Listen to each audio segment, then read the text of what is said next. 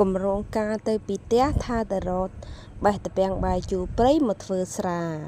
ដល់ពេលទៅដល់មានណាបរាជ័យអស់គម្រោងការព្រោះតាពាំងបាយជូរឆ្នាំនេះវារៀងផ្លែយឺតវា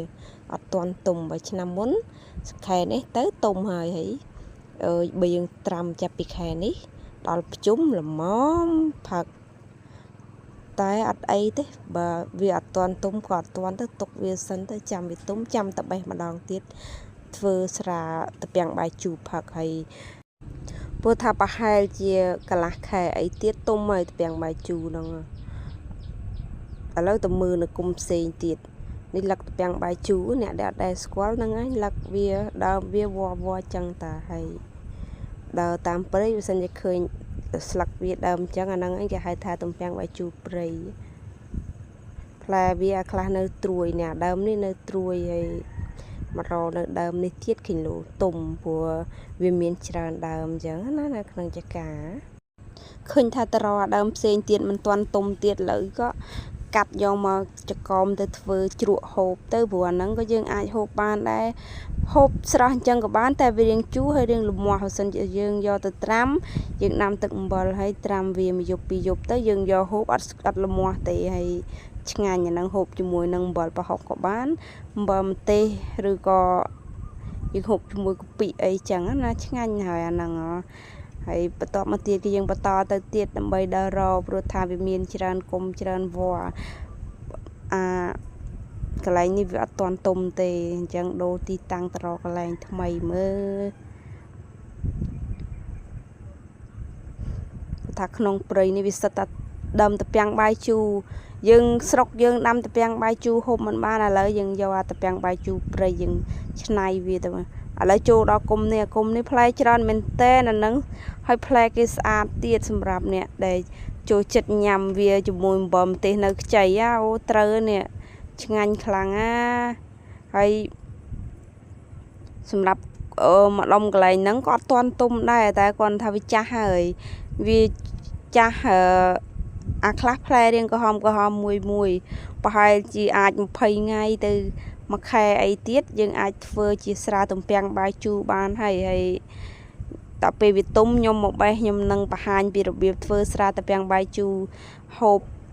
យើងធ្វើស្រាទំពាំងបាយជូរហ្នឹងយើងអត់មានដាក់ស្រាទេណាយើងដាក់គ្រឿងផ្សំយើងមានតែផ្លែទំពាំងបាយជូរហើយនឹងស្ករសយើងទិញនៅផ្សារធម្មតាហ្នឹងឯងហើយយើងទុកវាចូលទៅវានឹងកាត់ទៅជាចេញជាទឹកទំពាំងបាយជូរពណ៌ក្រហមហើយរសជាតិវារៀងមានដូចស្រាតិចចឹងណាមិនមែនខ្ញុំថាយកទៅធ្វើស្រាហ្នឹងខ្លាយទៅជាស្រាសឬក៏យើងយកទៅត្រាំស្រាសទេហើយអាខ្ចីហ្នឹងមានបងប្អូនណាដឹងថាយើងធ្វើអីក្រៅពីធ្វើជ្រក់ហូបហ្នឹងយើងអាចធ្វើអីផ្សេងបានទៀតអត់ជួយខមមិនប្រាប់ផងព្រោះខ្ញុំអត់សូវដឹងអញ្ចឹងណាខ្ញុំធ្លាប់តែបេះទៅគឺយើងដាក់ត្រាំទឹកអំបិលនឹងឲ្យវាបាត់លមាស់ទៅឲ្យវាកាត់បន្ថយជូរហើយហូបតែម្ដងនេះសម្រាប់អាចកោមនេះវិញចិត្តទុំមែនតើហើយនោះវារៀងក្រហមហើយបើយើងយកទៅបុកកលុកជាមួយផ្លែត្បែកអាហ្នឹងកាន់តែឆ្ងាញ់តែទុំប៉ុណ្ណឹងតែបើទុកឲ្យទុំកាន់តែខ្មៅល្អវាចេញផ្អែមតែម្ដងនេះសម្រាប់កញ្ចោមនេះក៏វាមានទុំខ្លះហើយតែវារៀងខ្ពស់ហើយខ្ញុំខ្ជិលបេះវាដោយសារវាទុំតែ2 3ចកោមអញ្ចឹងណាតែបើអញ្ចឹងយើងទុកវាទៅទុកឲ្យទុំឲ្យពេញដើមចាំយើងបេះវាទាំងអស់តែម្ដងទៅដូចចកោមនេះឯនេះវានៅរៀងត្រួយបើអានេះវិញវាចាស់ល្អហើយអានេះតែគាត់ថាវាមិនទាន់ទុំវាក្រហមយើងទុកឲ្យវាទុំសិនចាំយើងទៅបេះវាសរុបតែម្ដងបេះមកធ្វើស្រាតាពាំងបាយជូរផឹកទៀតមើលឆ្នាំមុនធ្វើម្ដងទៅដល់ខែតាពាំងបាយជូរដល់ខ្ញុំត្រាំធ្វើហើយតែបើឆ្នាំនេះឃើញថាផ្លែច្រើនហើយវាផ្លែកញ្ចោមវាធំល្អទៀតណាដោយសារតែខ្ញុំអត់កាត់វល្លិវាចេញវល្លិមានប្រហែលខ្ញុំទុកទាំងអស់នៅក្នុងនៅជុំវិញចកាខ្ញុំ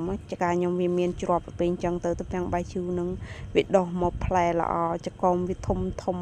ហើយទៀបទៀតនៅដិតនឹងដីទៅពេលអញ្ចឹងយើងស្រួលបេះវាអត់ពិបាកយកឈើកាវវាទម្លាក់ទៅវាបែកផ្លែអស់បើវានៅដិតនឹងដីអញ្ចឹងយើងមានអីបេះច្រកបេទៅវាស្រួលហើយយកមកយើងលាងទឹកលាងអី ផ្លែវាមួយអស់ទៅយើងដាក់ជាមួយនឹងស្ករសដាក់ជាមួយនឹងស្ករសហើយយើងទុកវាចូលឲ្យវាចេញទឹកឲ្យវារីកអាទឹកជាមួយនឹងផ្លែទំពាំងបាយជូរនឹងមកអានទឹកនឹងឆ្ងាញ់ណា